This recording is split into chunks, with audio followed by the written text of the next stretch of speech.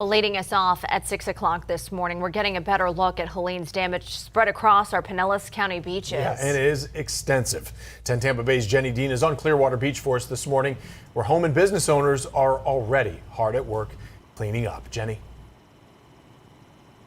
Yeah, good morning, Jameson and Caitlin. You know, when you get out here and you see really the devastation, it's very, very shocking and sad. This is an area many people know well. Frenchie's Rockaway Grill right on the beach. Popular restaurant. Many people know it. There's a huge parking lot here where you can come and have access to the beach. It's great, but check out the damage to the seawall here, or to the wall that was kind of blocking the parking lot. And then as the storm surge came in, it looks like it caused a big depression into the parking lot, just after the parking lot, causing the big light pole to fall down. You can't even get up to the restaurant right now just because of all of the damage from the wall and from the depression in the roadway, the parking lot completely torn up. Also the sand, and they've actually, you can see that pile of sand right there.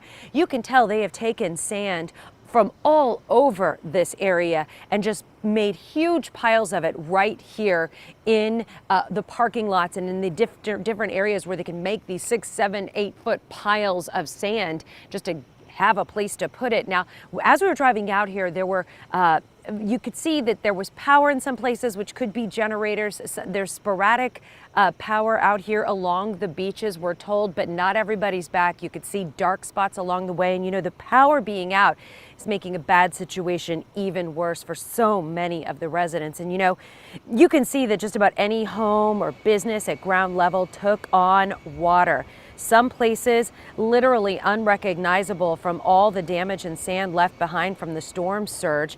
In neighborhoods that don't usually flood, homes had several feet of water inside. Now, we did talk to one Clearwater resident already well into the cleanup of her home, determined to rebuild.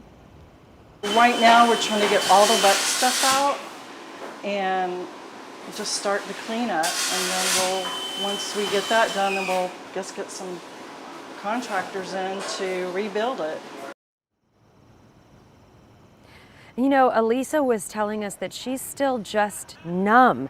She thought she'd break down initially when she saw pictures of her home, of the destruction, and that didn't happen. And then she thought she'd be upset when she actually got in the door and got to the house and saw the damage. But she says she still hasn't really cried. There's just too much work to be done. There's no time to cry. There's no time to really sit down and have any real feelings about it. And I think, you know, that really sums up how so many people are feeling as they work to rebuild and to recover. It's going to be a while, of course. Now, they have had food trucks coming in because they haven't had power out here. So it's been very hot for all of these people that are working inside homes and inside trying to dry out. So they've had food trucks coming out here, and they have had trucks with bottled water to give the residents and the people out here working and starting that recovery process.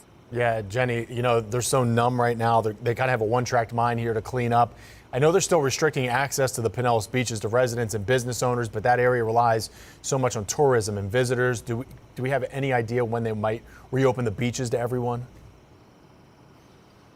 Well, they do tell us that they plan to reopen all of the causeways to the beaches around 4 o'clock tomorrow. So that would be a really good time for volunteers and relief workers to come out here and help, because really right now there's nothing for tourists to come to.